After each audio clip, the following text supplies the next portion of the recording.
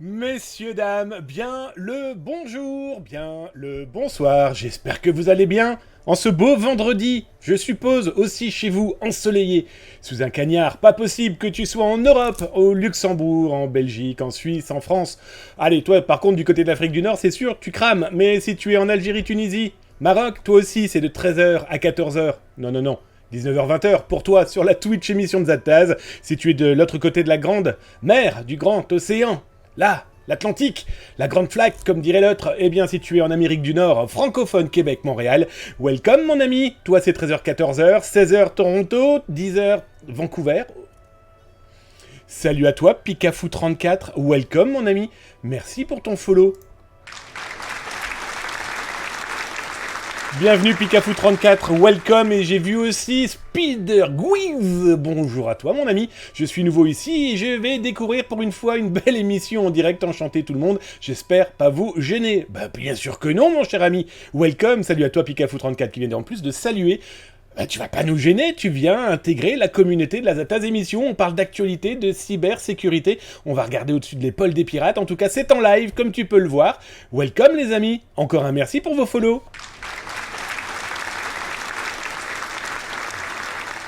Alors, comme dans chaque début d'émission, si vous êtes nouvel et nouveau, je vous le rappelle, on fait le petit disclaimer qui va bien. Et oui, c'est la base, quand même. Ce disclaimer, ça vous permet d'avoir une petite idée, quand même, de comment ça fonctionne ici.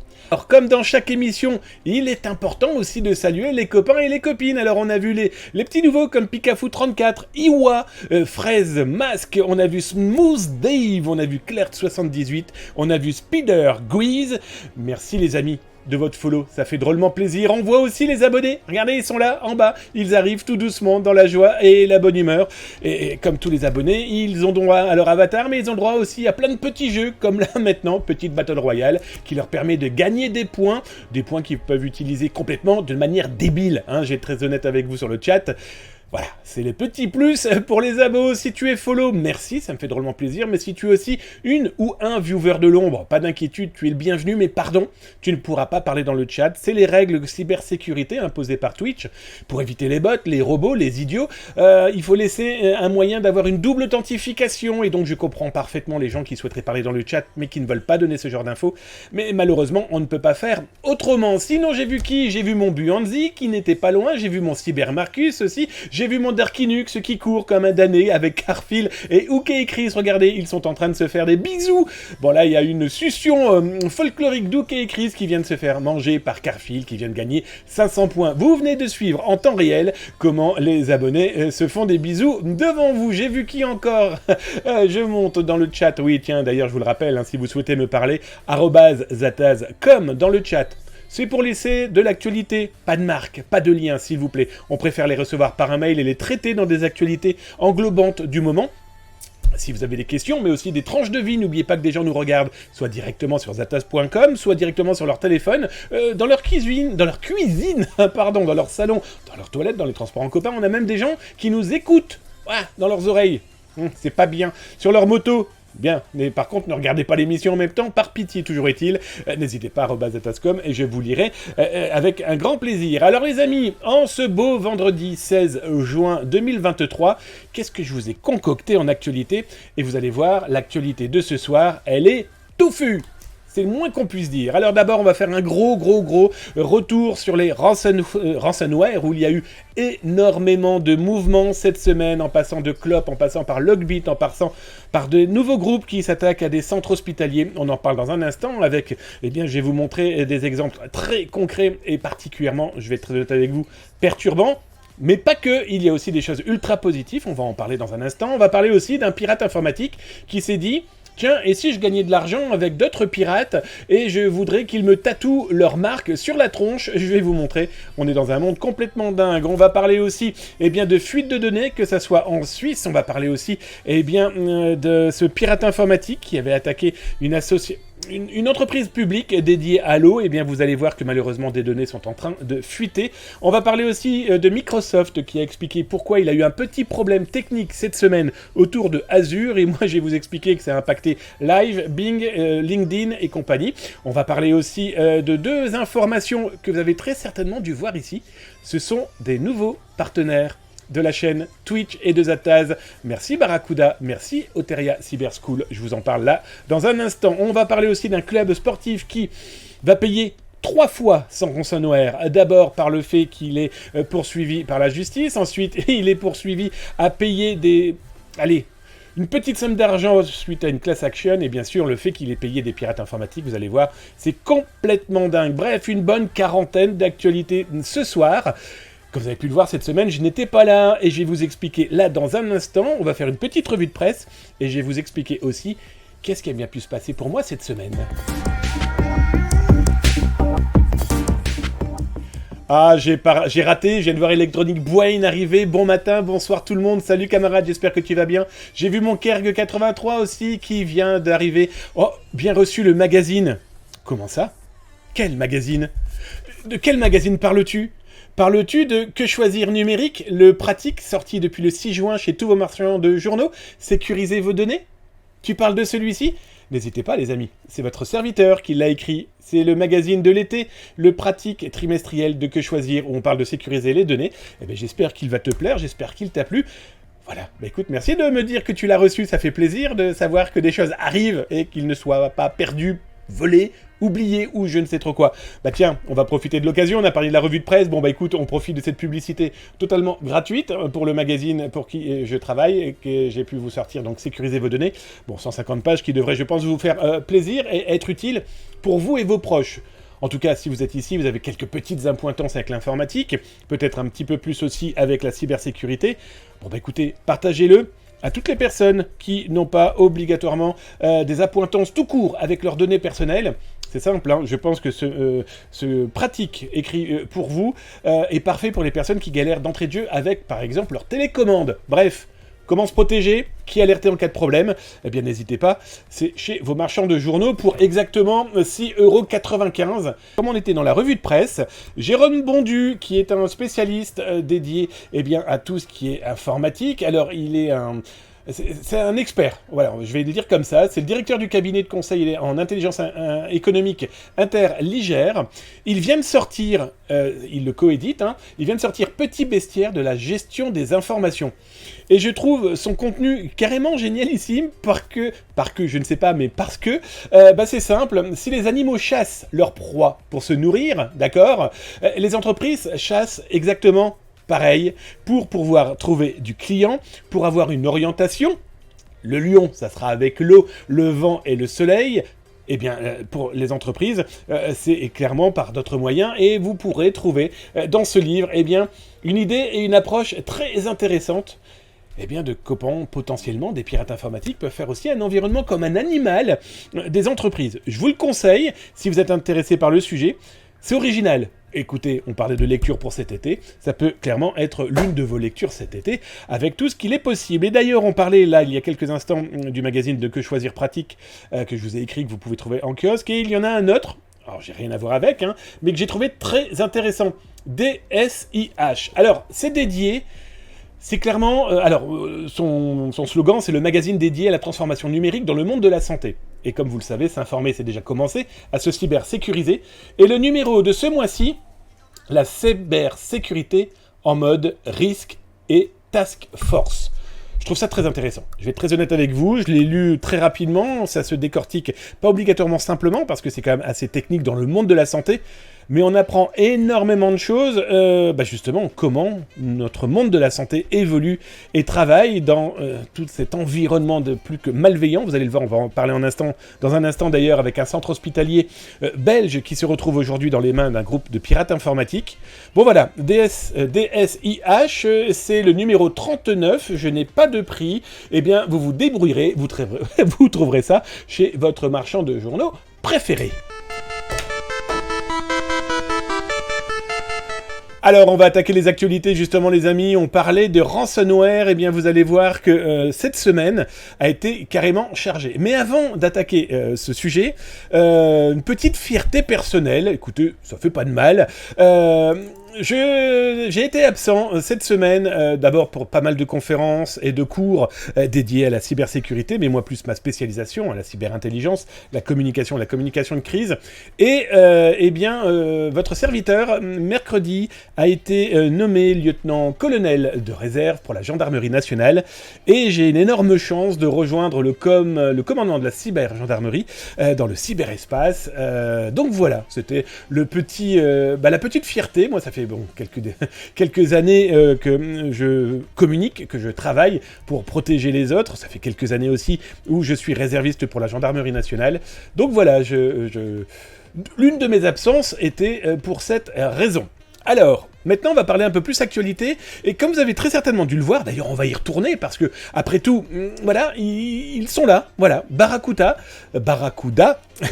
et Oteria Cyber School sont les nouveaux partenaires de la cyber-émission de Zataz, mais aussi de Zataz.com, et ils apportent articles, soutien financier aussi, et donc du coup, c'est pour ça qu'ils apparaissent ici, et ils proposeront de temps en temps, alors pas toutes les semaines, pas tous les jours, vous inquiétez pas, en tous les cas, ils apporteront de temps en temps des contenus que je trouve, moi, intéressants pour vous. Parce qu'ils peuvent justement apporter des réponses que vous avez pu avoir. Et parmi ces réponses, justement, je crois même que c'est Cartred, la semaine dernière, où il y a une dizaine de jours, il avait posé une question à propos du SaaS. Alors, est-ce que vous savez ce que c'est que le SaaS, vous-même ? Eh bien, du coup, j'ai demandé, moi, à Barracuda, à la société Barracuda, de nous expliquer un petit peu ce que c'était le SaaS, le Secure Access Service Edge. Je vous mets l'URL de l'article, d'ailleurs, là, sur Twitch. Si vous êtes en live sur Twitch, vous avez le lien qui vient d'apparaître là dans le chat. Si vous êtes sur YouTube, d'abord follow la chaîne, c'est 2 à 3 vidéos dédiées cybersécurité par jour. Profites-en, s'informer c'est clairement c'est clairement commencer à se cybersécuriser. Là, c'est juste en dessous dans le descriptif, n'hésite pas en plus à cliquer sur la petite cloche, le petit pouce, et laisse un petit message. On aime les messages, vos tranches de vie numérique, on les trie, parce que bien sûr, quand c'est pas véritablement intéressant, j'entends par là quand vous voulez vendre la dernière Grolex, ou vous pensez que le Viagra est un super bonbon, ça on élimine. Par contre, heureusement, il y a 10 000 fois plus de messages intéressants, donc n'hésitez pas, profitez-en. Et donc, ce fameux Secure Access Service Edge, Barracuda vous propose de comprendre comment ça fonctionne, et ils vont organiser là incessamment sous peu, début juillet si je me trompe pas, un mardi à 11h, début juillet, le 4 juillet, c'est marqué devant mon nez, ils vont expliquer et montrer en image à quoi ça correspond et pourquoi cette cybersécurité pour une entreprise par exemple pourrait devenir clairement indispensable aujourd'hui et demain. Je vous laisse aller jeter votre œil, inscrivez-vous, c'est totalement gratuit, leur webinar est totalement gratuit en plus, donc écoutez, si ça peut servir à votre entreprise mais aussi à votre culture, n'hésitez pas à le faire. Alors, autre information, et cette fois-ci, c'est un autre partenaire de l'émission, l'Oteria Cyber School. Alors, on en parle souvent de cette école parce que d'abord, j'y interviens, ça vous le savez, j'interviens là-bas pour les élèves. Social engineering, on parle et on travaille autour du darknet et de la communication de crise. Et dernièrement, plusieurs personnes m'ont contacté en me disant, on galère, nous, pour trouver une alternance en cybersécurité. Alors je vous mets l'URL de cet article là dans le chat de Twitch, et comme d'habitude, là, sur YouTube, c'est dans le descriptif là en dessous. Vous allez retrouver un article qui vous donne tous les bons conseils pour trouver l'alternance en cybersécurité qu'il vous manque. Comment vous rapprocher de professionnels ? Comment agir ? Avoir une stratégie qui va convaincre ces entreprises que vous êtes l'alternant qu'ils ont besoin et le professionnel qu'ils vont former pour demain. Alors, allez lire cet article, dites-moi d'ailleurs ce que vous en pensez, dans les commentaires et aussi sur YouTube. Voilà, vous me demandiez ces informations-là, du coup, mes partenaires sont plutôt cool. Je leur dis, on a des demandes des viewers, des internautes, des lecteurs de Zataz ou de Data Security Breach. Qu'est-ce que vous pouvez proposer pour leur donner de la formation ? Tout simplement, merci Barracuda, merci Oteria Cyber School.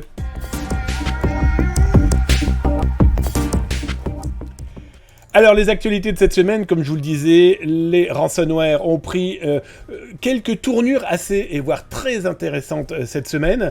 Et aussi, je vous ai décoté des pirates informatiques. Vous savez qu'on fait de l'infiltration avec vaisataz.com et qu'on regarde comment agissent les pirates informatiques pour mieux s'en protéger. Et là, je vous ai trouvé, les amis, je pense, le winner, le gagnant. Alors, si ce n'est pas de la semaine, ça sera très certainement de l'année. Je vous mets l'URL là dans Twitch. Là, si vous venez tous les soirs de 19h à 20h, vous pouvez profiter de ce genre d'informations et d'actualités exclusives. Si vous êtes sur YouTube, c'est là, juste dans le descriptif en dessous. Et n'oubliez pas de cliquer sur le petit pouce et la petite cloche et de vous abonner. 2 à 3 vidéos dédiées cybersécurité par jour. Profitez-en les amis, s'informer c'est déjà commencé à se cybersécuriser.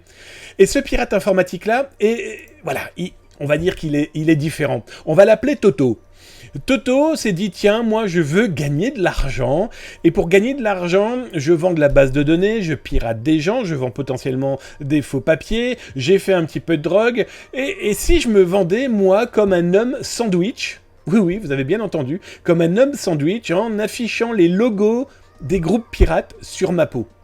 Alors, c'est pas une nouveauté. Le marketing de la malveillance, c'est un terme que j'ai inventé il y a plus de 10 ans. On en a déjà souvent parlé sur zatas.com, mais aussi dans l'émission Twitch. Souvenez-vous de Kraken, le groupe de pirates russes qui avait volé un bus. Il l'avait redécoré et il l'avait balancé au milieu d'une place pour que tout le monde le voie. Sprout, je parle pas du Prout, mais Sprout, autre groupe, autre malveillant russophone dédié à la drogue et au faux papier, qui eux avaient clairement acheté de la publicité sur des panneaux géants. On parle pas de piratage, ils ont clairement acheté les publicités en piégeant tout simplement les marketeurs locaux pour afficher leur publicité pour leur entreprise. Je vous parle même pas de Logbit, d'ailleurs on en parlera là dans quelques instants et vous pourrez retrouver ça dans les rediffusions sur YouTube si vous ne l'avez pas vu en direct, de Logbit. Logbit avait lancé un concours il y a quelques mois de tatouage. Il avait proposé à des gens de tatouer le logo Logbit sur leur peau et en échange, en remerciement, ils payaient.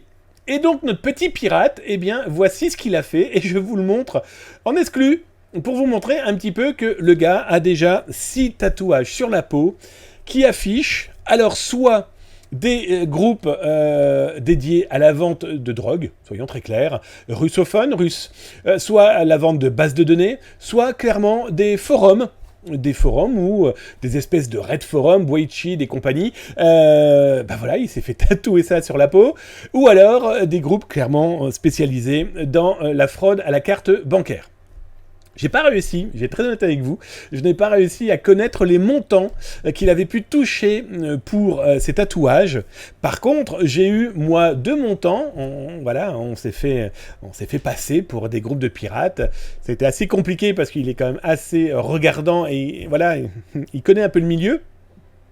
On lui a dit, voilà, on voudrait que sur votre cuisse gauche, s'il reste de la place, parce qu'il avait déjà un tatouage sur la cuisse gauche, combien ça va nous coûter pour un petit logo de la taille, on va dire, de la moitié d'une canette de boisson gazeuse. Alors bien sûr, on n'avait pas cité Coca-Cola, parce que sinon ça serait fait allumer, il nous aurait vu à 15 bornes. Bon, c'est simple, il a proposé $10,000. Lui parlant dollars par contre, il a proposé $10,000 pour un logo de la taille d'une canette de Coca, soyons très clairs. $10,000, et il propose aussi de se tatouer les marques au-dessus de ses sourcils ou sur le visage. Mais là, il a très clairement dit, les sommes seront extrêmement élevées parce que c'est sur mon visage. Bon voilà, ce marketing de la malveillance, une fois que ça peut atteindre des gens qui sont, je pense, un peu dingos, ça peut aller très très très très loin.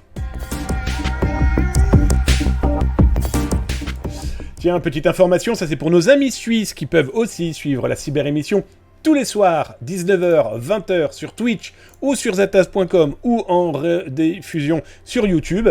Nos amis suisses sont un peu dans la galère depuis début juin. D'ailleurs, je vous mets l'article diffusé sur datasecuritybush.fr.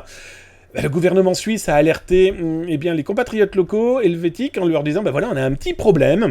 On a eu des fuites de données et à première vue, il y a de fortes chances qu'il y ait des données appartenant à vous, concitoyens suisses. Alors, ce qui est plutôt problématique, on est bien d'accord. Donc ça a été alerte générale. Les amis suisses, si vous n'êtes pas au courant, renseignez-vous auprès du NCSC, le Centre national de la cybersécurité suisse, qui pourra potentiellement vous aider et vous alerter encore plus précisément, à savoir si potentiellement vous faites partie de cette grosse problématique de fuite de données suite à un ransomware. On va pas se voiler la face, mais voilà, c'est intéressant de voir que la Suisse faisait partie des pays qui n'étaient pas véritablement encore impactés de manière forte par les ransomware. Il y en a eu, mais pas aussi extravagant que les Américains, que la France, que le Canada, etc. etc. Bon bah là c'est pas extravagant, sauf que ça a tapé dans du lourd, donc pour que le gouvernement suisse commence à alerter d'une manière exponentielle, c'est que c'est franchement pas à négliger.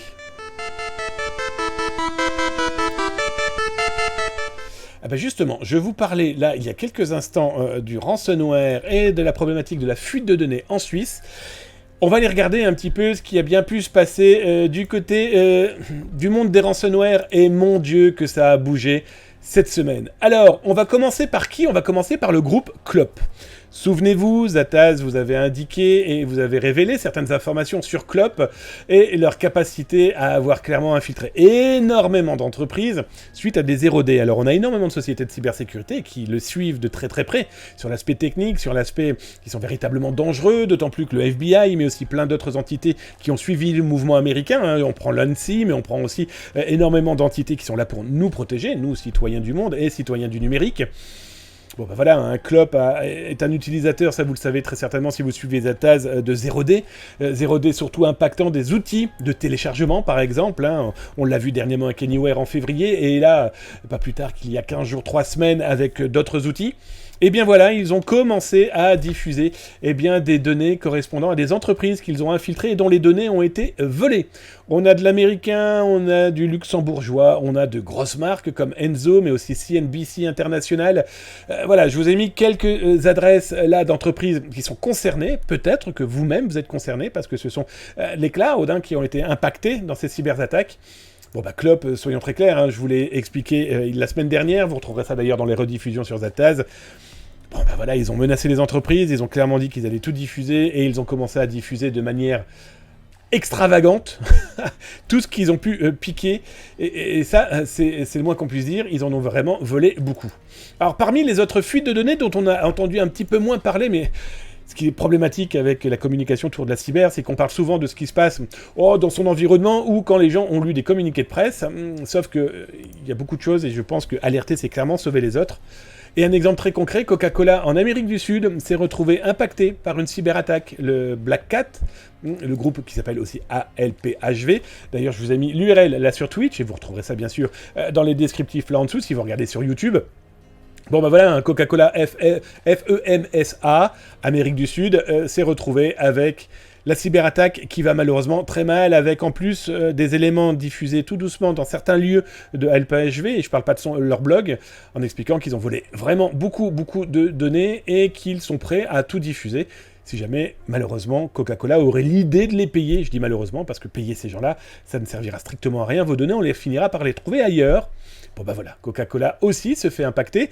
C'est pas une nouveauté, ils avaient déjà eu des problèmes il y a quelques mois, et aussi le concurrent direct, Pepsi Cola aux États-Unis, cette fois-ci, le plus gros embouteilleur de mise en bouteille d'Amérique, s'était lui retrouvé clairement cyberattaqué aussi par un autre groupe, avec fuite de données, enfin bref, tout ce qui va mal, malheureusement, avec ce genre de pirate informatique. Bon ben voilà, petit ou grand, on est tous potentiellement des population à risque dans les mains de ces malveillants. Et pour preuve, regardez un autre géant du monde économique. Eh bien, regardez, je vous mets d'ailleurs l'URL là maintenant dans le chat sur Twitch, et comme d'habitude sur YouTube là tout en bas. La Banque de développement d'Afrique, qui est quand même pas la petite structure économique, la Banque de développement d'Afrique australe. Et bien pareil, attaquée, elle, par le groupe Akira. Et souvenez-vous, le groupe Akira, Zataz a été le premier au monde à vous en parler, à vous montrer comment il fonctionnait. On avait même fait une visite, vous retrouverez d'ailleurs la vidéo sur le YouTube de Zataz, de ce groupe qui est en train de sortir véritablement de l'ombre. Souvenez-vous, je vous avais montré, ils avaient créé une espèce d'environnement à la Minitel, en tout cas en ligne de code, ça fait tellement plus geek, sauf que ils font exactement les mêmes dégâts que ceux qui sont beaucoup moins geeks, avec des fuites de données déjà loin d'être négligeables. Vous retrouverez d'ailleurs les chiffres, parce que ce groupe-là, comme beaucoup d'autres, on les suit depuis plusieurs semaines. Ils ont déjà diffusé 14 entreprises de par le monde, il y a des Français, où ils ont tout diffusé. Et là, pour le moment, ils n'ont entre guillemets, que afficher 35 chantages d'entreprises qui, si elles ne payent pas, seront diffusés. Et je vais être très honnête avec vous, il ne faut pas payer, parce qu'il est trop tard, dans tous les cas. Et dans tous les cas, ils ont déjà stocké les données à droite à gauche, prêts à être diffusés un petit peu dans tous les sens, parce que voilà, leur intérêt, c'est l'art de la guerre, hein, ils savent qu'ils ne seront pas payés. Donc du coup, c'est pour ça qu'ils affichent. C'est potentiellement pour eux espérer que d'autres entreprises, elles, auront peur, et potentiellement viendront payer leur chantage. Et dans ces géants de la cybersécurité, cette semaine, ça a été un petit massacre, pardon du terme, mais on a aussi un géant de l'industrie pharmaceutique. Ici, c'est un japonais, une société pharmaceutique japonaise, qui a avoué avoir été cyberattaqué et qui a prévenu ses employés en disant écoutez, ils ont exfiltré des données. Ils ont volé des informations. Pour le moment, personne ne connaît véritablement le nom du groupe pirate derrière cette cyberattaque. Personne ne sait véritablement le nombre d'informations qui ont pu être volées. Mais malheureusement, ça va très vite se savoir parce que ce laboratoire ne va pas payer. Espérons-le. Mais s'ils payent, on le saura aussi, vu qu'ils vont très certainement ensuite disparaître des radars des malveillants. Toujours est-il que les finiront obligatoirement dans les mains de quelqu'un à un moment ou à un autre. Toujours est-il que il y a eu pas mal de laboratoires de santé, là, dernièrement impactés, cyberattaqués. Il y a eu Enzo Biechem, si je me souviens bien, ça c'est aux États-Unis. On a eu aussi Sun Pharmaceuticals, qui est un gros laboratoire indien, chez qui les mecs ont tout piqué, vu que ça a été diffusé ensuite sur certains dark et black market. Donc voilà, ça vous montre que c'est pas parce que tu as beaucoup d'argent que tu n'es pas un risque, ça paraît évident, mais surtout que ça ne t'impactera pas, et c'est le principe de l'airbag, hein. Je vois beaucoup d'entreprises, j'en ai rencontré pas mal cette semaine, ils sont tellement convaincus d'être ultra cyber-sécurisés parce qu'ils ont des firewalls, parce qu'ils ont des EDR, etc., mais ils n'ont pas un seul humain capable de faire une veille ou de tester. Des bug bounty, les amis, c'est pas fait pour les clébards. Profitez-en. Il y a YesWeHack, il y a Yogosha. D'ailleurs, en parlant de YesWeHack, là, le 1er juillet, il y a le hack à Paris. Ben voilà, il va y avoir aussi un bug bounty. Tiens, d'ailleurs, en parlant de ça, je serai au hack le 1er juillet. Hein, je suis partenaire du hack et le confessionnal sera présent.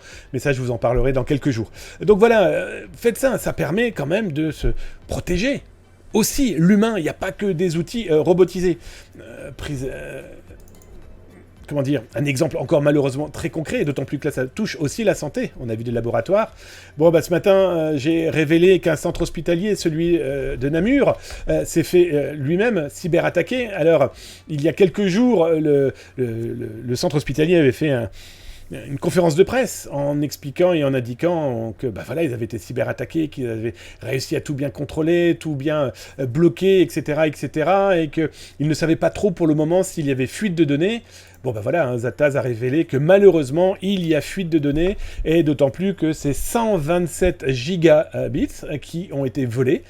Ce centre hospitalier. Donc c'est le groupe Newcomers, et pareil, Zataz a été le premier au monde à vous en parler de ce groupe, on en a même fait une petite vidéo, et je vous l'ai présenté parce qu'ils sont apparus comme une mouche au nez, au milieu du lait, par exemple, surtout avec un site web loin d'être négligeable, beau. C'est con à dire, mais ça fait partie de ce marketing de la malveillance, et donc ils ont réfléchi à rendre beau leur malveillance, et ça reste toujours pour moi un truc complètement fou et inquiétant.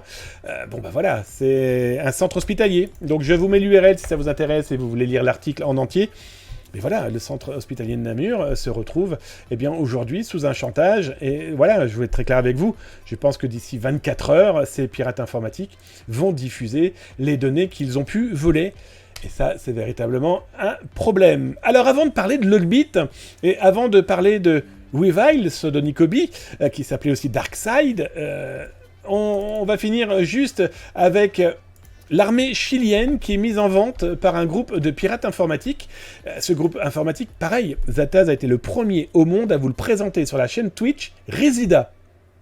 Resida, souvenez-vous, je vous en ai parlé, de ce 1000 pattes, ça fait quasiment un mois où je vous ai montré une vidéo et je vous ai parlé de ce groupe. Ils sont sortis de l'ombre, donc il y a de fortes chances que vous verrez ça dans les mains de youtubeurs et autres journaux qui vous en parleront, mais toujours est-il que vous êtes les premiers à le savoir, mais c'est fou. Parce que pour moi, c'est fou, c'est Resida. Ils ont déjà diffusé des données. Souvenez-vous, c'est Zataz qui avait révélé le fait que c'est eux qui avaient attaqué la Martinique, le conseil régional, le CTM plus exactement de la Martinique, en diffusant toutes les données, en créant même un moteur de recherche dédié. Eh bien là, pour l'armée du Chili, ils ont carrément mis en vente aux enchères toutes les données qu'ils ont pu voler. Voilà, un petit extrait, en tout cas un petit échantillon de ce qu'ils proposent, des pièces d'identité, des photos, des cartes, etc., etc. Bon, bah là, autant dire que le site internet de l'armée de terre du Chili a été fermé, donc vous vous doutez bien qu'il y a une enquête ultra précise en interne. Bon, mais j'ai très honnête avec vous, il est trop tard. Ils ont volé. Ils vont revendre. Si ce n'a pas déjà été fait, cette revente. Et là, la problématique est vraiment là, c'est que... Vous imaginez, il y a des pièces d'identité, il y a très certainement donc des identités de soldats qui n'ont pas été mis sur la place publique, plus peut-être des secrets internes, etc., etc. Donc, même l'armée n'est pas à l'abri. Il suffit juste que quelqu'un, et c'est souvent le cas, d'une direction quelle qu'elle soit, d'un secrétariat général, d'une DRH, d'un service comptable, ou de la communication, il clique sur le petit mail qui va pas bien, et quand ça va pas bien, ça va pas bien du tout. Alors, heureusement, dans ce monde un petit peu sombre des ransomware, on a heureusement des choses ultra positives. Et l'une des choses ultra positives, Zataz en a parlé dès hier, ça a été diffusé et confirmé ce matin partout dans le monde, un troisième membre affilié de Logbit a été arrêté. Alors là où c'est complètement ouf, c'est que le mec, il était aux États-Unis. Again. Souvenez-vous, mois de novembre, du Canadien, russo-canadien arrêté. Et ben là, on a un troisième gars, il est américain. Donc, tout le monde court après Logbit en Russie. Vous savez, allumer des feux et des contre-feux pendant que les gens regardent le doigt. Ceux qui travaillent s'attaquent à la lune, d'accord ? C'est même cette phrase chinoise qui dit « l'idiot regarde le doigt qui montre la lune ». Toujours est-il que là, bravo, le FBI, les services de renseignement américains, mais aussi aidés par la gendarmerie française, mais aussi aidés par de nombreuses polices du monde, ont arrêté un troisième larron.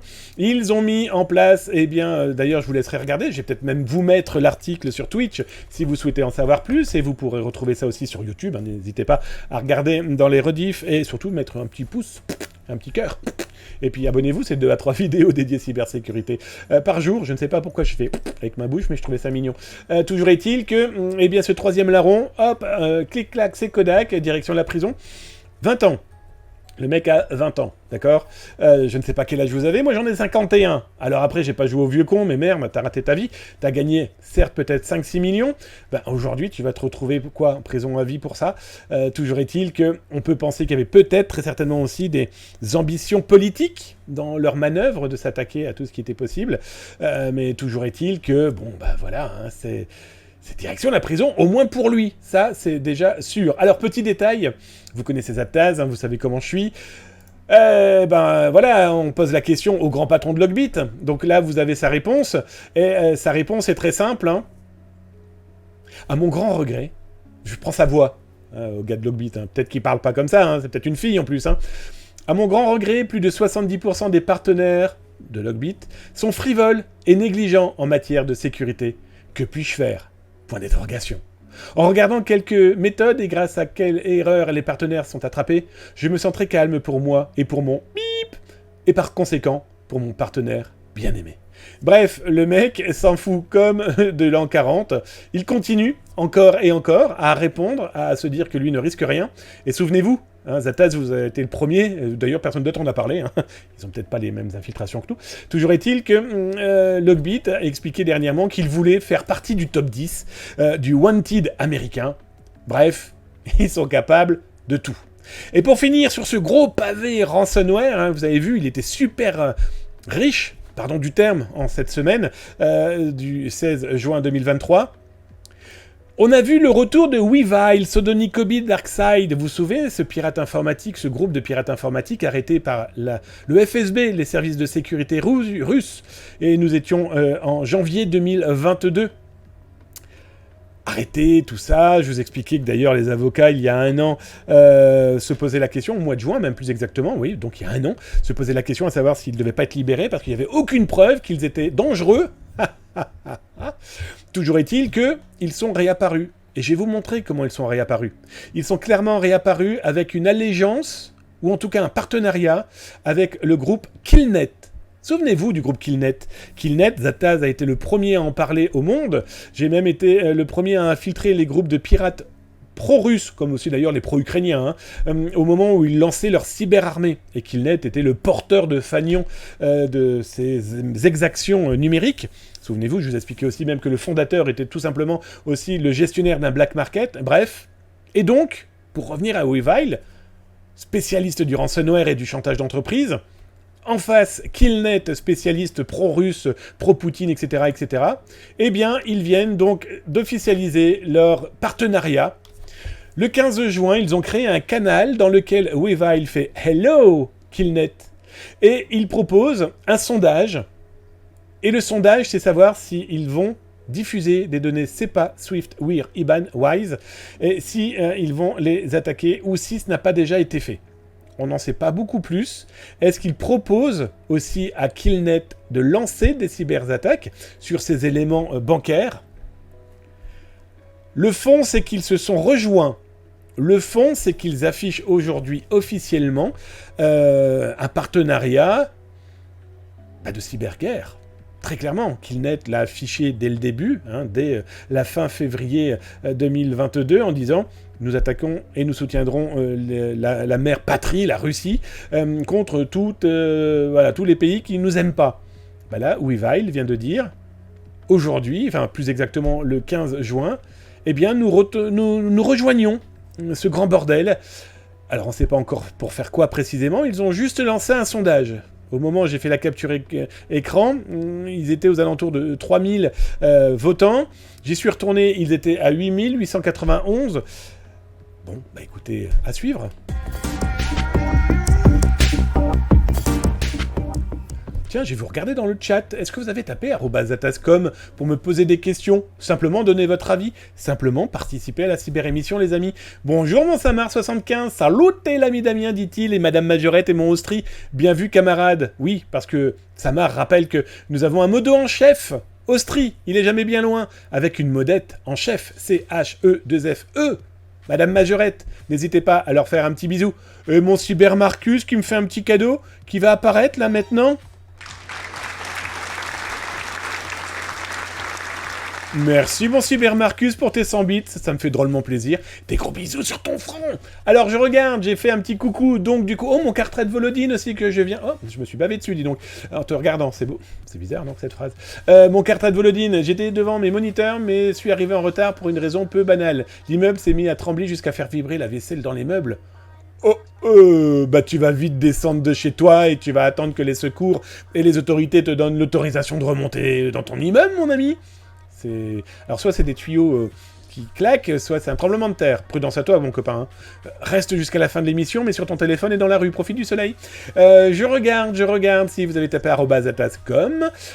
Pourtant, c'est censé être plus sécurisé, l'armée. Mon CyberMarcus 02. Oui, mais n'oubliez pas que ce soit l'armée ou une entreprise ou un particulier, il y a des strates. Et donc, voilà, oui, bien sûr, c'est bien sécurisé. Mais il suffit de cette petite porte d'entrée. Voilà, ce petit grain de sel ou de sable qui va permettre à ces malveillants d'attaquer. J'ai vu un document dernièrement du FBI qui parlait de 2 entreprises qui avaient été cyber-attaquées et rançonnées, où les mecs étaient encore sur Windows XP. Les pirates étaient passés via un Windows XP encore connecté sur Internet. Là, tu te dis... What the fuck? Pardon du terme, mais c'est complètement fou. Salut à toi le net expert, je ne t'avais pas vu. Bonjour camarade, j'espère que tu vas bien. Salut les à tous. Salut à toi le net expert. Oh j'ai vu mon Darkinux qui a tiré son château et son chapeau. Mon Darkinux qui m'a proposé d'aller boire un coup. Bonne idée. L'eau.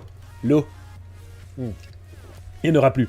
Je vous rappelle que boire du gazeux pendant une émission radio, pendant une émission Twitch, une émission télé, est une excellente idée.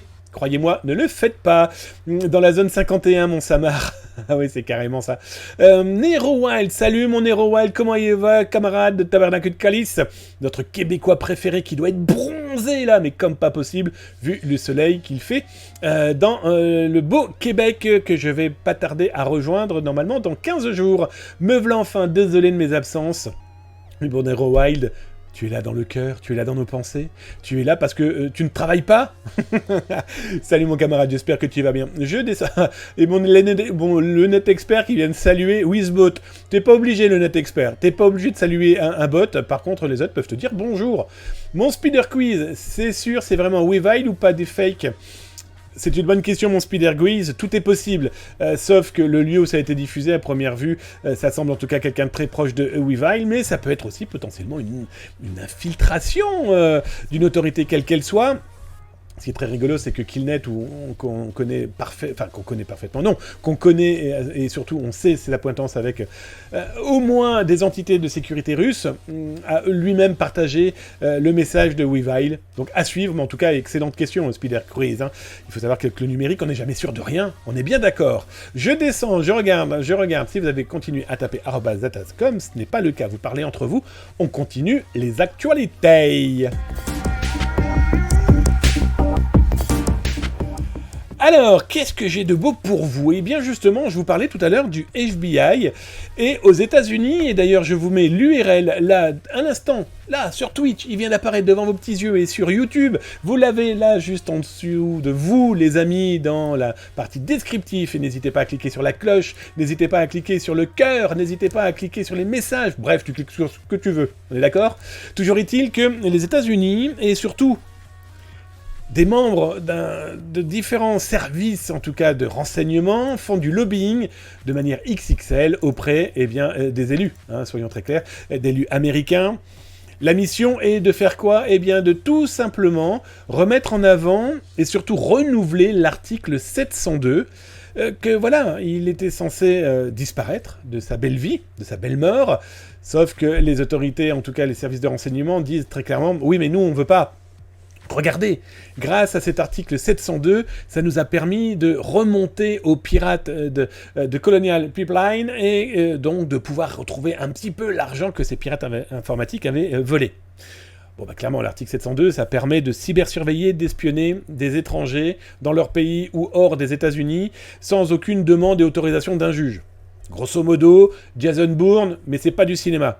Alors, je sais pas s'il tue des gens, je vais pas non plus exagérer, d'accord? Mais toujours est-il que l'article 702, il souhaiterait que, eh bien voilà, hein, les élus américains le remettent sur le tapis et revotent, eh bien, son renouvellement. Alors, bien sûr, ça a inquiété énormément d'associations dédiées à la vie privée, parce que qui dit cybersurveillance mondiale, dit potentiellement aussi cybersurveiller les Américains. Eh bien oui, regardez, vous avez une entreprise qui est contactée par un pirate informatique basé en Chine, en France, en Corée du Nord, en Amérique, au Québec, où tu veux. Ils vont pouvoir l'écouter aussi, cette entreprise américaine. Et donc du coup, ça inquiète pas mal de monde. Alors pour information, la société Colonial Pipeline, souvenez-vous, avait été attaquée par le groupe DarkSide, donc le groupe Revile. On en a parlé il y a quelques temps là, et vous retrouverez d'ailleurs ça en rediffusion sur YouTube. Revile, DarkSide, Sodonikobi, qui refait son apparition auprès de Killnet, justement, pro-russe. Bon bah DarkSide, c'est eux qui auraient attaqué Colonial Pipeline. Et donc du coup, le FBI, les autorités américaines dédiées au renseignement, disent oui, mais grâce à cet article 702, on a pu récupérer l'argent. Alors, les chiffres varient, hein. DarkSide aurait récupéré 5 plaques, le FBI et les autorités en auraient récupéré au moins 2 millions, on n'en sait pas beaucoup plus. Bon, bah écoutez, c'est quand même très étonnant, donc ils réutilisent cet élément-là, et surtout pour eux, c'est un moyen de convaincre, parce qu'ils ont... Alors, des autorités, sous forme d'anonymat, ont expliqué à la presse américaine qu'ils avaient, grâce à cet article 702, réussi à contrer des pirates informatiques iraniens qui s'attaquaient à une association, qu'ils avaient réussi à contrer eh bien, des pirates chinois s'attaquant à une entreprise de transport américaine, bref... des choses qu'on peut pas du tout contrôler. Je dis pas qu'ils mentent, après tout, ils sont là aussi pour protéger leur pays, leurs entités, et voilà. Mais ça ressemble tellement à... Souvenez-vous de la guerre en Irak où, quand vous avez ce général qui tend une fiole prouvant que en Irak, il y avait des produits chimiques et toxiques, et etc., que personne n'a rien vu, mais ça a déclenché la guerre en Irak. Ça fait exactement, encore une fois, le... Voilà, je bouge la Muleta 2.0. La Muleta, c'est, vous savez, ce fameux drap rouge que les matadors mettent devant les taureaux qui ne voient pas les couleurs, mais sauf le mouvement. Bon, bah voilà, Muleta, voilà. Pendant ce temps-là, les gens qui regardent le doigt ne regardent pas la lune, d'accord? Ou le contraire. Toujours est-il que c'est plutôt intéressant de voir comment ils remettent ça en place pour, qu'on le veuille ou non, accepter, faire accepter, donc et faire voter ce renouvellement d'une loi qui va mettre en danger toute la planète. À quel moment une autorité va pas se dire, tiens, et si j'allais regarder un petit peu dans les communications de, je sais pas moi, en France, de Orange, de Thales, d'Airbus, au Canada, Québec, je sais pas moi, chez La Source, voilà, il y a... Parce que il y a possibilité d'espionnage ou de dangereux actes malveillants de pirates informatiques. Bon, à suivre. Je vous laisse relire l'article. N'hésitez pas à dire ce que vous en pensez, là, directement dans le chat, sur YouTube ou sur Twitch. Mais ça montre que, avec les lois, en fait, ils peuvent faire tout et n'importe quoi, et c'est compliqué de les contrer. Alors, pour, bien sûr, mettre dans la balance que ça touche tout le monde, et pas que les Américains, ça touche toute la planète, ces lois qui deviennent un petit peu folles, et on se dit que la guerre, par exemple, profite à remettre en place, ou à mettre en place tout court, des lois ultra-liberticides. Alors, Zataz avait été le premier à en parler dès le mois de janvier 2023, de plusieurs lois en cours de signature en Russie, dont la loi numéro 214. D'ailleurs, j'ai vu un article il y a quelques jours chez Numérama, c'est Bognar, un très bon journaliste qui parle pas mal de cyber, etc., qui en a parlé aussi. L'article 214 est très simple. Hein. Le petit Vladimir, en haut de son Kremlin, a besoin d'argent.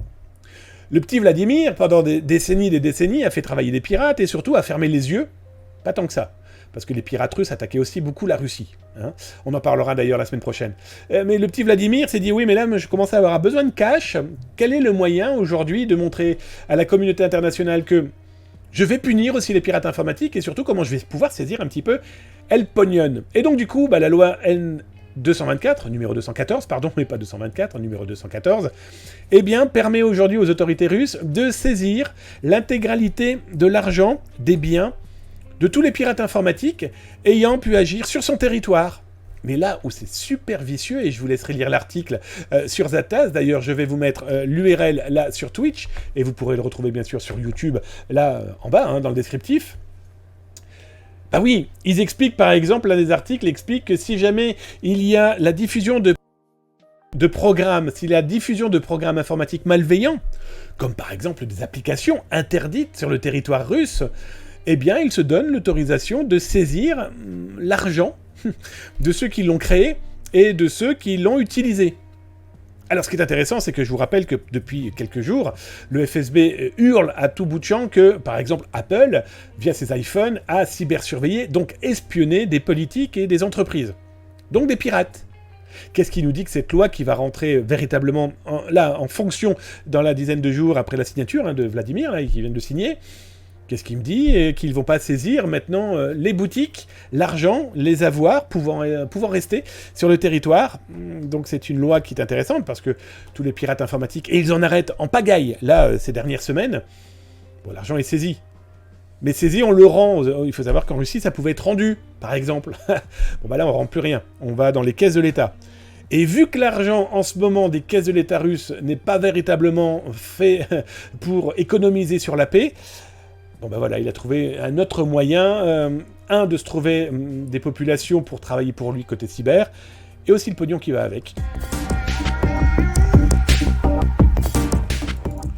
En parlant de cyberattaques, on parlait là des pirates russes qui attaquent le monde, soit parce que le gouvernement russe leur propose de le faire, soit sous forme de militaires, soit sous forme tout simplement de nationalistes, propagandistes, etc., etc. Ce qui est intéressant, ce qui vient de se passer, c'est que cette semaine, on a Microsoft qui a été attaqué sous son aspect Azure, son cloud, d'accord ? Une attaque qu'ils ont considérée, eux, comme anormale. Alors, je vous mets d'ailleurs l'article de Zataz que j'ai écrit sur le sujet, où vous avez donc Microsoft qui explique qu'il y a eu une petite panne, qu'il était très compliqué de pouvoir les joindre, que... voilà, ils étaient en train de s'intéresser au sujet, de comprendre comment ça fonctionnait. Bon, très clairement, c'est une attaque de DDoS. Hein. C'est déni de service, déni distribué de service, des milliers d'attaques, des milliers de connexions fantômes, pirates, malveillantes, qui ont pour mission de tout bloquer. Très clairement, derrière, si vous lisez l'article, vous allez découvrir que derrière cette cyberattaque, revient de nouveau sur le devant de la scène les petits comiques de Anonymous Soudan, qui pour rappel ne sont pas plus Anonymous que moi, je suis grand, blond et intelligent. Toujours est-il qu'ils ont attaqué Azure, mais pas que. Bing, ils ont attaqué aussi.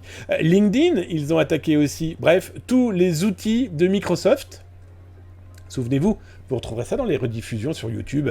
Je vous avais montré la publicité qu'ils avaient fait pour 2 sites commercialisant des stress de serveur. Bref, du DDoS.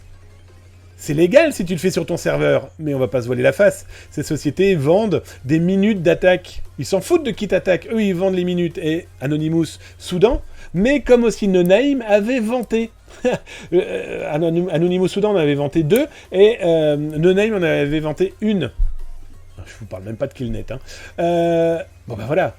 Ils ont attaqué LinkedIn, ils ont attaqué Bing, ils ont attaqué Azure, ils ont attaqué UPS, ils ont attaqué aussi l'une des plus grosses sociétés de location de véhicules. Tout ça pourquoi ?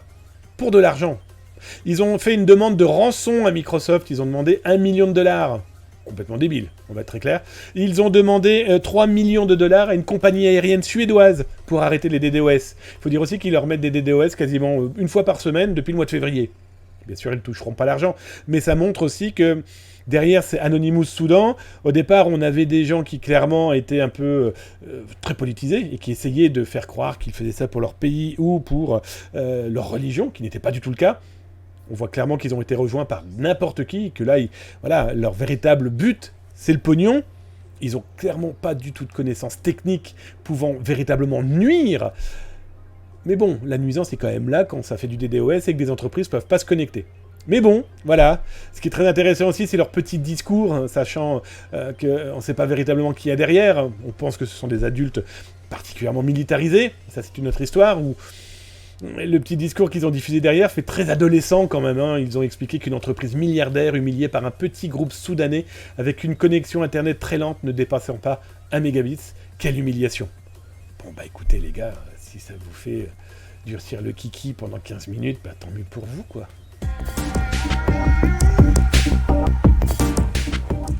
Alors, qu'est-ce qu'il me reste de beau dans les actualités ? Eh bien, on a un club sportif, et ça c'est Zataz qui vous l'avait révélé. Nous étions en février 2022, nous sommes à quelques encablures du Super Bowl. Super Bowl, hein, la grande messe du football américain. Février 2022, on a le San Francisco 49 Ers qui se fait cyber-attaquer. Zataz vous le révèle, vous explique que c'est même très étonnant de voir que le groupe Black Byte attaque au moment du Super Bowl. C'était clairement pour faire de la publicité, pour faire du bruit, pour faire du mouvement, et surtout pour se venger d'un club qui n'a pas souhaité à première vue payer leur demande.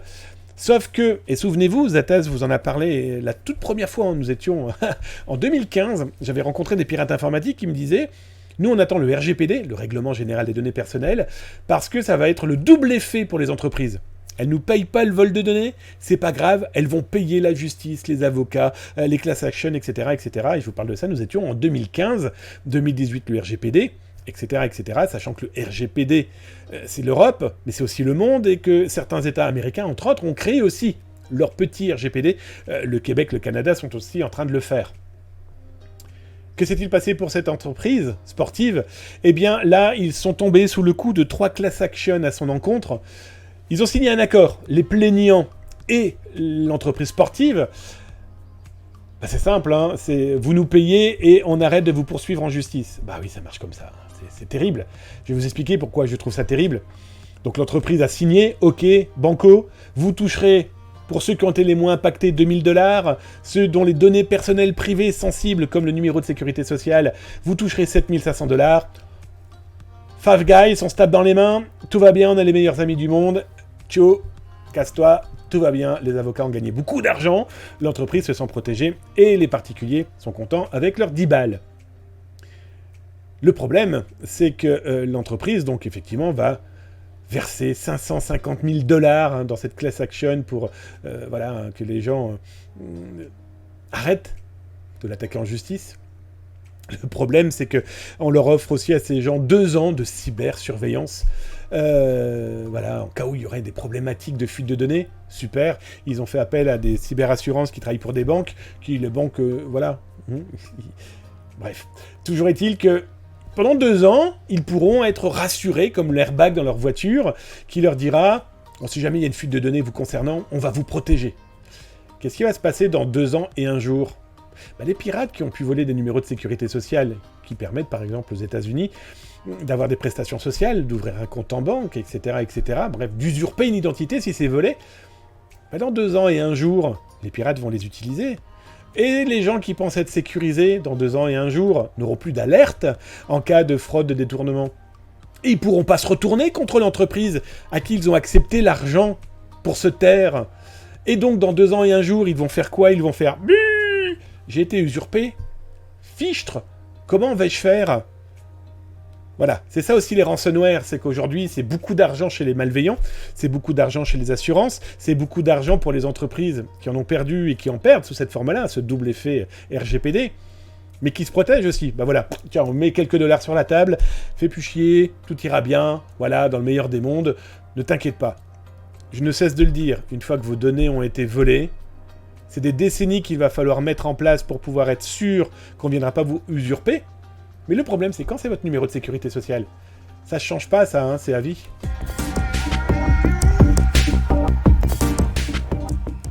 Allez, on finit la cyber-émission par une ferme qui a été fermée. Alors, c'est pas une ferme dans laquelle les agriculteurs locaux élevaient des champignons qui font rire. Ils n'élevaient pas non plus des escargots pour faire du savon. Non, ils n'élevaient pas non plus, ils ne faisaient pas pousser de l'herbe qui fait rigoler. Non. Eux, c'était une ferme de bots. Ça s'est passé en Ukraine. D'ailleurs, je vous mets l'URL ici, les amis, directement dans le chat sur Twitch. Et tu la retrouves, hein, cette URL et cet article, donc, dans le descriptif sur YouTube, là, en dessous, mon ami.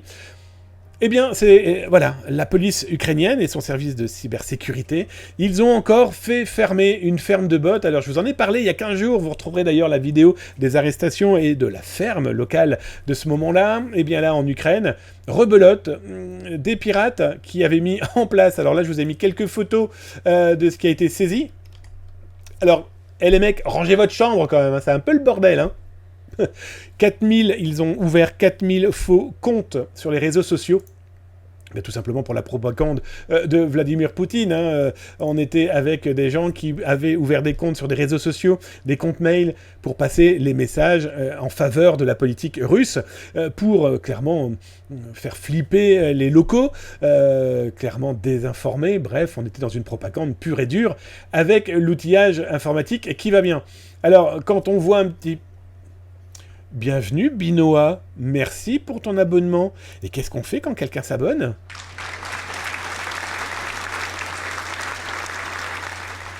Merci Binoa, welcome, installe-toi, bienvenue dans la cybercuisine, comme tu l'as entendu, bienvenue, installe-toi tranquillement, tu es chez toi ici. Alors là, effectivement, hein, c'est quelques photos fournies par la police ukrainienne. Là, toutes les petites antennes correspondaient à du matériel dans lequel on met une carte SIM, et donc ça génère des connexions, et ça se fait passer pour un compte, pour un téléphone, bref, pour un utilisateur unique. Leur mission étant de faire croire que les 4000 comptes étaient les 4000 comptes de personnes. Le compte 1 diffuse un message et les 3999 le repartagent, le rediffusent, etc., etc. Et autant dire que ça peut nuire particulièrement aux algorithmes et donc mettre en tête ces messages. Je vais être très honnête avec vous, c'est comme ça que font beaucoup de youtubeurs. C'est comme ça que font beaucoup de gens sur TikTok ou sur Instagram. Ils font appel à ce genre de sociétés qui, elles, le font, mais qui le font pour gagner des sous et pas pour faire de la propagande. Mais c'est exactement les mêmes gens. Très clairement. Ceux qui ont été arrêtés en Ukraine, 30, 38 ans, 42 ans, qui gagnaient 50 roubles, donc pas cher le compte, voilà, hein, ça vous montre un petit peu qu'ils gagnaient quand même un petit peu d'argent, 12 000 € par mois, avec cette ferme de bots. Les autorités ont décidé que c'était fini leur vie de patachon, et voilà, hein, ça montre que cette guerre de l'information, de la désinformation continue, avec des moyens, qu'on le veuille ou non, technologiques, humains, parce que qu'on le veuille ou non, c'est pas donné à n'importe qui d'ouvrir ce genre de petites choses. Dans tous les cas, on va pas se leurrer non plus. Hein. L'autre camp fait exactement la même chose. Mais ça vous montre que avec un peu d'argent, un peu de savoir-faire et d'espièglerie, ça peut clairement perturber un pays, perturber des gens qui vont croire à des messages allant de la Terre est plate en passant par vous allez tous mourir parce que la bombe nucléaire que Poutine va vous balancer sur la tronche, si vous ne faites pas plier votre gouvernement, elle est pour vous. Allez les amis, 1h10 d'émission. Ça vous a plu ou pas? Dites-le moi dans le chat. Les actus de ce soir, elles étaient pas mal quand même, hein. Qu'est-ce que vous en pensez? Ça bouge dans ce monde de la cyber, des malveillants, des pirates informatiques, des hackers malveillants ou éthiques. Bref, bienvenue dans la cyber-émission tous les soirs de 19h à 20h. Je suis Damien Bancal pour vous servir. Bienvenue dans la cybercuisine. Je regarde si vous avez tapé @zatascom dans le chat et je vous réponds, les amis, si je suis capable de vous répondre, hein, je vais être très honnête avec vous. Je regarde, je monte. Alors, je t'ai déjà répondu, mon Spider. Oui, on parlait de Weavile. Mon Cybermarcus. J'ai écrit sur ChatGPT, écrire une citation avec le mot cybersécurité et Zataz. Voici la réponse. J'ai très peur, je le lis en même temps que vous. La cybersécurité est une bataille constante dans un monde numérique en constante évolution. Comme le souligne le célèbre expert en sécurité Damien Bancal, fondateur de Zataz, dans cette ère de connectivité sans fin, la vigilance est notre meilleure arme pour protéger nos données et prévenir les attaques malveillantes. Eh ben écoute, je n'aimais pas ChatGPT, il est remonté dans mon cœur. C'est rigolo ça, il faudrait que... Je vais taper mon nom. Merci Cybermarcus, c'est rigolo. Et en plus, j'ai vraiment dit ça. C'est ça qui est drôle, ça me fait baver, dis donc. J'ai vraiment dit ça. Je crois que c'était dans 0anet. Bref. Mon Samar, que dis-tu? C'était Powell. Ceci est la preuve irréfutable de l'existence d'armes de destruction massive. Merci, mon Samar75. On revenait justement sur les preuves affichées à l'époque, avant la guerre en Irak, par les Américains pour dire à l'Occident et aux autres coalisés d'aller attaquer l'Irak. Ils font exactement la même chose à première vue pour la cybersurveillance mondiale qui pourrait nous nuire parce que, ils auront voté une loi et qu'on ne pourra pas faire grand-chose. Le net expert, Zataxtu. Bref, un tremblement de terre a été ressenti ce vendredi 16 juin 2023 en fin de journée dans plusieurs départements français, notamment dans l'ouest. L'épicentre serait situé dans les Deux-Sèvres et les magnitudes se situeraient autour de 5. Merci le net expert de cette info. C'est fou. Vous savez quoi, avec la sécheresse, avec l'eau manquant, avec les nappes phréatiques et l'eau qui baisse, ça va faire bouger le sol. Un exemple très concret, à Lille, dans le nord de la France, vous avez le Vieux-Lille, très bel endroit si vous avez l'occasion d'aller visiter. La sécheresse, et donc l'eau baissant, le Vieux-Lille est tenu sur poutrelle, sur pilotis, parce que cette zone, au Moyen-Âge, et avant bien sûr, était marécageuse, donc beaucoup de flotte. Mais avec la sécheresse et l'eau qui disparaît, l'eau baisse, et donc du coup dans les sous-sols, là où c'était tenu par des pilotis, sur du bois comme à Venise, si c'est dans l'eau, il n'y a pas de problème, mais s'il n'y a plus d'eau, ça sèche, ça casse, donc le sol s'affaisse. Je pense que ça peut être aussi malheureusement ce cas-là, et vous le savez peut-être, j'interviens chez Julien Courbet dans l'émission Ça peut vous arriver, et on a souvent le cas de maisons fissurées. Pourquoi? Parce que, nappe phréatique baissant, l'eau disparaissant, le sol s'affaissant, les maisons en s'écroulant. Bah oui. Merci en tout cas le net expert de cette précision. Merci. Bon du coup, tu sais pourquoi ça bouge chez toi mon ami. Donner voler un jour, donner voler pour toujours. Oui, tout à fait. Mon cartrade. Damien vient de dire fichtre. Almanach Vermo, t'es pas gentil. Fichtre, sacre bleu. Tu lis pas Tintin? Je descends. Oh mon Dieu, ce câblage immonde. T'as vu ça mon Dark? Bah oui, Darkinus. Mais je peux présumer que c'est les photos prises par les autorités au moment où ils ont tout débranché pour éviter... que potentiellement ce matériel serve aussi à alerter d'autres fermes. Il y a de fortes chances qu'il y en ait d'autres, hein. Ils en ont arrêté pas mal, ça vous en montre souvent, donc tout est possible. Spwinderguiz, la ferme de bots, ils ont beaucoup de moyens, je trouve, moi, pour faire ça. Ils ont des moyens que leur fournit les demandeurs, donc si on leur... Tu sais, le problème de ce genre de population, c'est qu'ils n'ont plus d'argent, ils n'ont plus de travail. Si en plus ils ont des impotents politiques, quelles qu'elles soient, s'ils ont été repérés par un service d'espionnage quelconque, on leur dit, moi je te donne 5$ par compte que tu vas ouvrir, par compte de malveillance, et voilà ton boulot. Le mec, il va se penser intouchable, il dit, qui va me voir? Et en plus, je vais toucher 5 balles très facilement, qu'on le veuille ou non. Donc voilà, et donc c'est pas tant d'argent que ça, très honnêtement, c'est pas, 12 000 balles par mois pour faire ça, c'est rien. C'est franchement rien. En investissement, c'est que dalle. Malheureusement. Souvenez-vous de ces pirates informatiques arrêtés en région parisienne, à Paris plus exactement, là en décembre, où ils se promenaient avec un IMSI catcher dans les rues pour intercepter les connexions des téléphones portables pour faire du business phishing, mais aussi potentiellement faire ces possibilités-là. Donc un IMSI catcher, c'est 20 000 balles. Donc tu vois, et je parle que d'un seul, donc imagine. Donc, mais ta question est très pertinente, mon ami. Picafou34, Picafou, j'adore ton pseudo. Picafou! Tous les pays font de la propagande, même en Occident. Tout à fait, mon Picafou 34. La propagande fait partie de l'art de la guerre. Si vous avez lu, et si je vous conseille franchement de le relire ou de le lire, l'art de la guerre parle de propagande, parle d'information, désinformation, etc. Ça fait partie de la guerre, tu as tout à fait raison. Je descends, je ne lis que les Zatascom, les amis. Darkinux, merci Zatas, tu nous avais manqué, c'était une belle émission, bienvenue. Bah de rien mon Darkinux, bah oui, j'ai eu beaucoup de boulot cette semaine, j'ai fait pas mal de conférences, j'ai eu mercredi, d'ailleurs mercredi, la gendarmerie, donc quand j'ai reçu mon nouveau grade de lieutenant-colonel, a fait surtout, ça c'était vraiment le plus intéressant, a fait un atelier conférence autour du métaverse. Et donc du coup, je peux pas vous en dire plus, ça concernait la gendarmerie, mais ça enquête autour du métaverse, le métaverse d'aujourd'hui. Mais dites-vous que des enquêtes, par exemple, dans les métaverses de jeux vidéo, ça existe depuis très longtemps, etc., etc. D'où mon absence cette semaine. Mon Cartrade, j'ai une question particulière. En conséquence des nouvelles politiques commerciales honteuses de Twitch vis-à-vis de la monétisation, de nombreux streamers étudient différentes solutions de remplacement et même de passer sur d'autres plateformes de streaming. Certains conseillent de passer sur Kik, solution à laquelle je m'oppose fermement, étant donné le posté, entre autres, de la provenance et la destination des affaires financiers. Aurais-tu plus d'informations sur la société Stake, s'il te plaît, afin de consolider mes propos? Bah non, déjà t'as donné beaucoup de marques à mon goût, ça déjà première chose. Ensuite, moi je suis très bien sur stream parce que je ne fais pas ça pour gagner de l'argent. Moi je suis contre tous ces streamers qui gagnent beaucoup d'argent parce qu'ils jouent aux jeux vidéo. Ils gagnent quand même de l'argent sur le travail de programmeurs, de graphistes, de musiciens, etc., etc.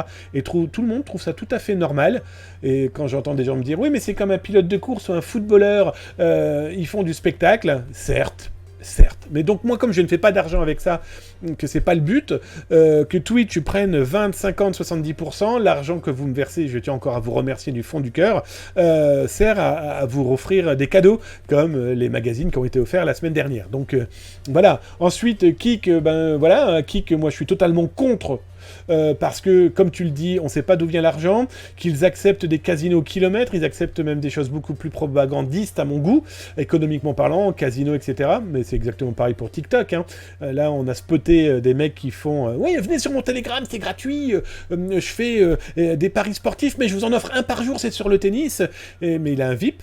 Sur son Telegram, avec des accès payants d'affiliés sur des bookmakers qui ne sont pas autorisés en France. Et le mec, il est là en train de faire le fanfaron avec 60 000 balles, entre 40 et 60 000 euros dans ses mains, en insultant les gens, en disant « Ouais, moi j'ai 2 Rolex au poignet, etc. » Sauf qu'on l'a spoté dans un logement qui loue, certes, 7 500 euros, ça c'est pas négligeable, mais on a l'adresse, on sait où, etc., etc.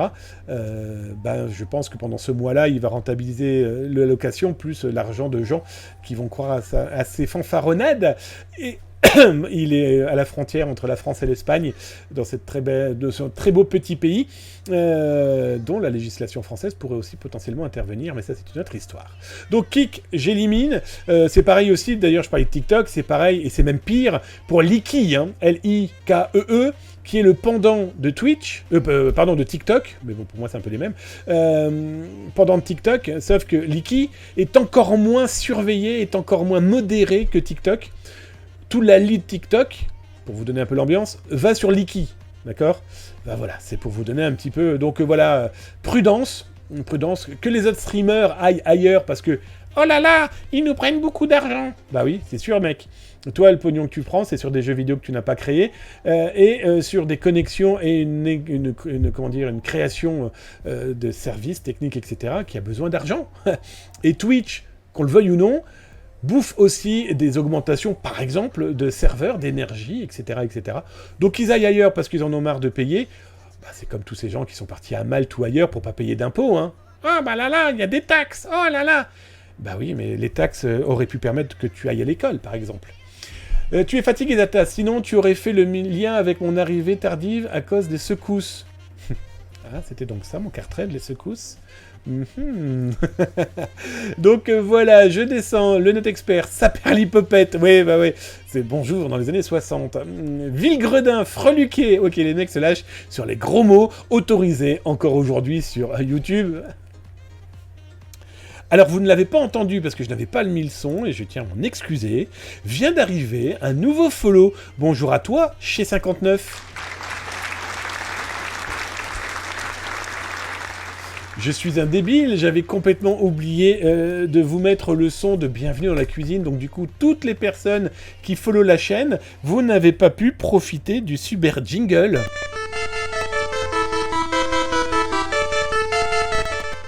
Et comme j'ai oublié de le remettre, le bienvenue dans la cuisine, je ne peux pas vous le faire écouter. Donc j'espère qu'il y aura un follow, là incessamment sous peu, qui permettra d'avoir le bienvenue dans la cuisine dans toutes vos oreilles. Tiens, je viens de voir mon Geek Paradise. Salut mon Geek Paradise, j'espère que tu vas bien. Hello Taou, j'espère que tu vas bien aussi. Bienvenue, nouveau follow. Ça me fait drôlement plaisir de vous voir aussi nombreux ce soir. Et en plus, c'est la fin de l'émission. Vous allez pouvoir profiter du soleil, ou en tout cas de la fin d'après-midi si vous êtes en Europe, du début d'après-midi si vous êtes à Québec, Montréal. Bref, bienvenue à la cyber-émission, 19h-20h en Europe, 13h-14h en Amérique du Nord francophone. Ça me fait drôlement plaisir. Cette émission vous a plu? Oh, merci mon Geek Paradise.